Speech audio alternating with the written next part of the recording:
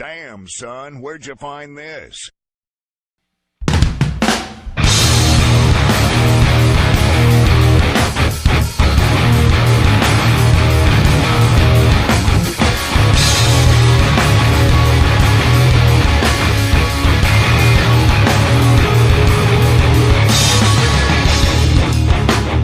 Standing like a soft on mountain, only showing inches different. Trains that change, it's just too quick.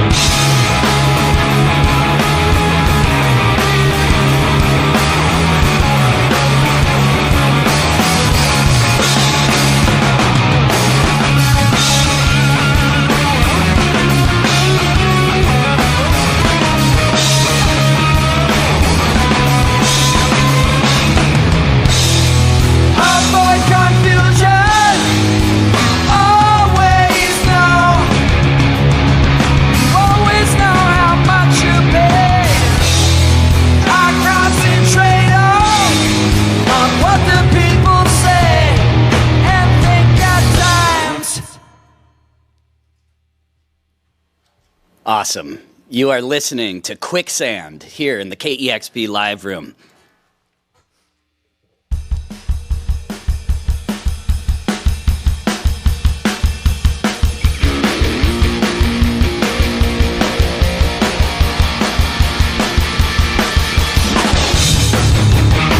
On a tight line, far away blind, taking a look closer, like we're supposed to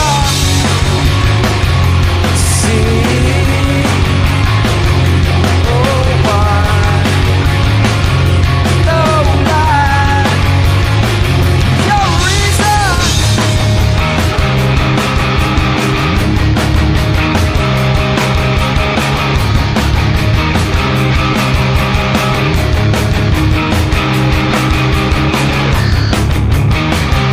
She doesn't have two faces to show the world. It's all done with mirrors. See, oh why?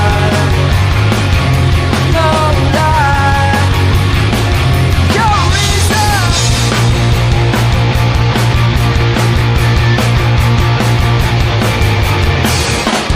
It's all done with mirrors.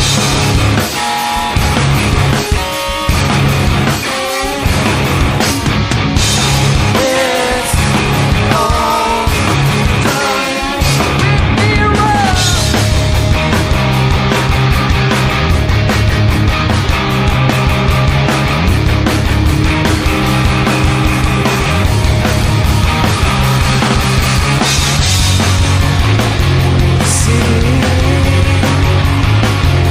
all done with mirrors.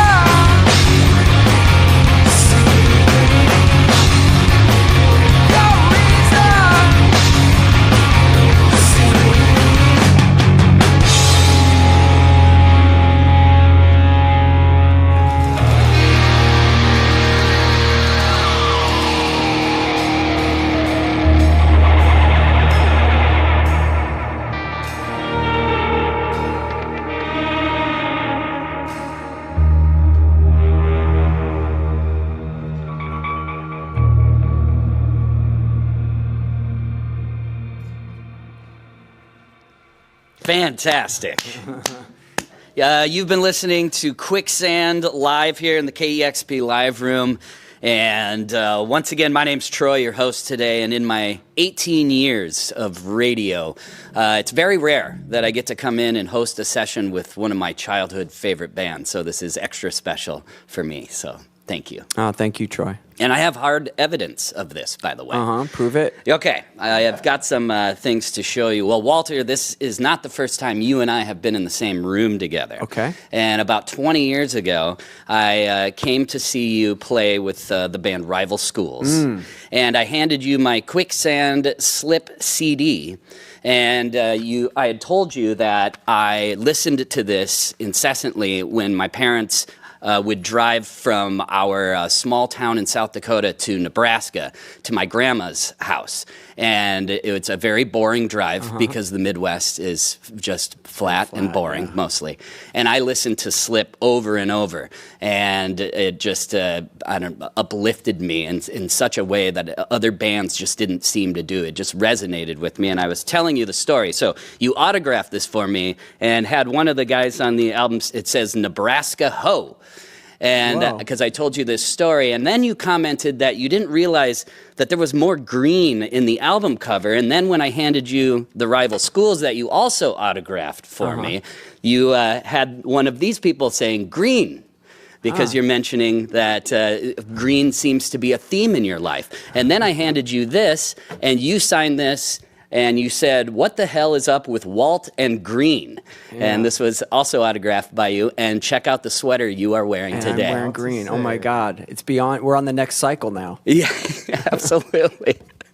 So I want to talk about a little bit of history. Obviously, you've been in a few bands, to say the least. And for me, somewhere, I don't know if I have this chronologically perfect, but I've had this from my own record collection. But obviously, in your early days, it started somewhere with Gorilla Biscuits and also, Youth of Today. Oh, yeah. And these were the beginnings. Were these your first bands that you were in that actually recorded something and put it out on record? Yeah, it was kind of happening at the same time. So the Gorilla Biscuits thing was the first thing that I put together, and then Youth Today was kind of already happening, and I joined in on that. And I think that's where I probably got to first be recording for a record. It was pretty exciting. Yeah, and to mention also, you played with Warzone. You did some shows and recorded with them on the New York City hardcore compilation called Together. Yes. Outburst. Judge. Yes. Moondog. Walking Concert. That's right. And also played drums in Pearl Harbor. Yes, I did. Okay. Wow, you have really scoured the internet here. I love that. Dead Heavens. Vanishing Life. Yes. And Rival Schools. And, of course, Quicksand.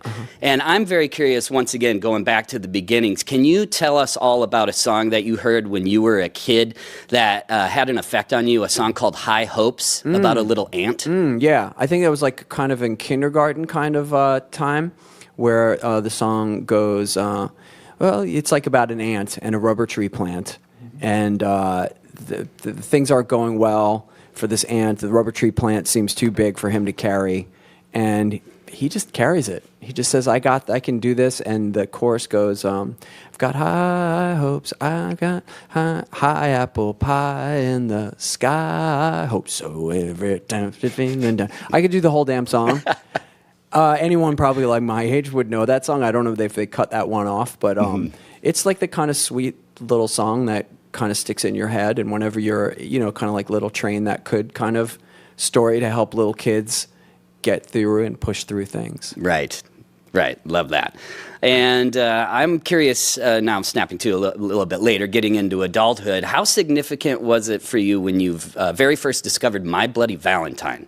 Really awesome. I mean, we were at Quicksand, we were on tour, our first tour, because the Gulf War was happening and the airfare got really cheap. So we went over to England and toured there in this little weird van. And in the UK, I think Manchester was happening and all this kind of kind of acid housey kind of stuff. And but coming underneath the next trend over there was My Bloody Valentine, and they had just put out the Glider single, I think, and we had the Isn't Anything album just on repeat and just wore it down in the trip. So I mean, I think obviously My Bloody Valentine are no longer an obscure reference, but at that time it was just kind of peaking out, and for us, we were pretty open music listeners, and there's something about it that struck me. There's a certain beautiful core to it, but there's a this sort of haze around it, and I think a lot of hardcore music's like that too. There's just kind of noise in front of it, but behind it is a song, and I think that's what kind of we all just kind of flipped on it. Awesome.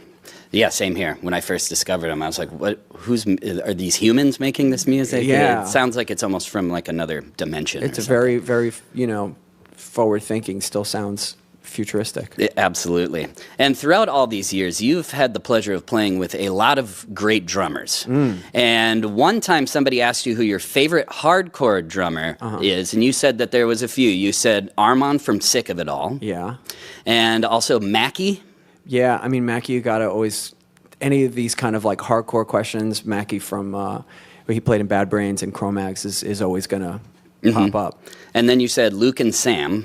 Yes, awesome drummers. Yeah. I guess I started just naming people. At first was the ones that I thought of, and then I was like, I'm gonna get in trouble if I don't say. But there's so many good drummers. I mean, Sam's amazing. I mean, Alan is an amazing, I don't think of Alan so much as a hardcore drummer, but he plays it really well, actually.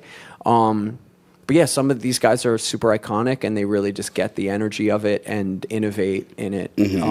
So I love those guys. And well, it got me to thinking, who are some of my favorite especially like not growing up in the '90s and like sort of in the hardcore scene. My favorite drummers. I don't know if you've ever gotten to play with him, but the first person that comes to my mind is John Stanier from Helmet. Yeah, amazing. I don't know John from like hardcore music, but he is into hardcore.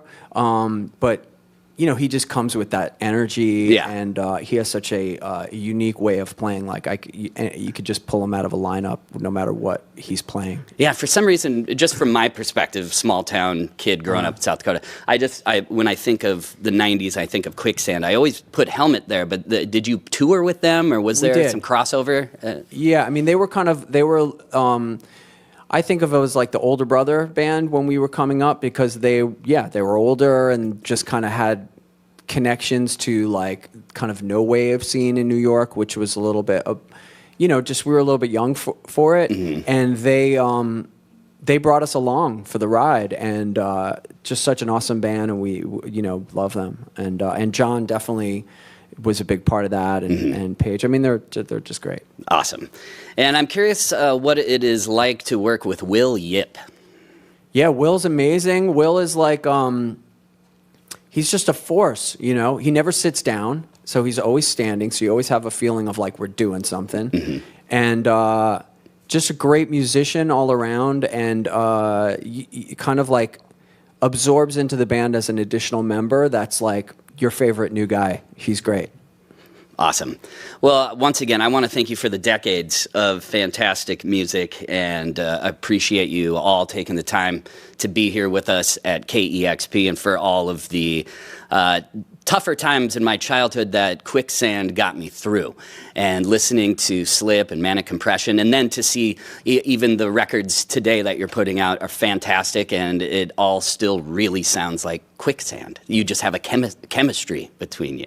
Thank you so much. That's great. Yeah, we're happy to be here. I'm so psyched to be playing here. It's a lot of fun. Thank you. And celebrating 30-year anniversary of Slip as well. Amazing. Yeah, we're having so much. We have just like I think a few more shows, but we've been having so much fun playing this record and playing it in sequence.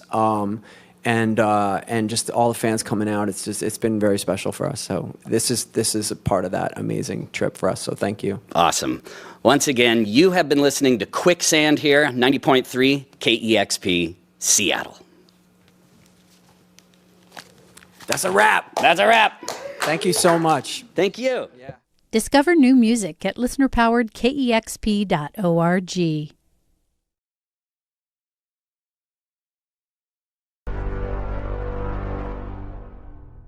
Damn, son, where'd you find this?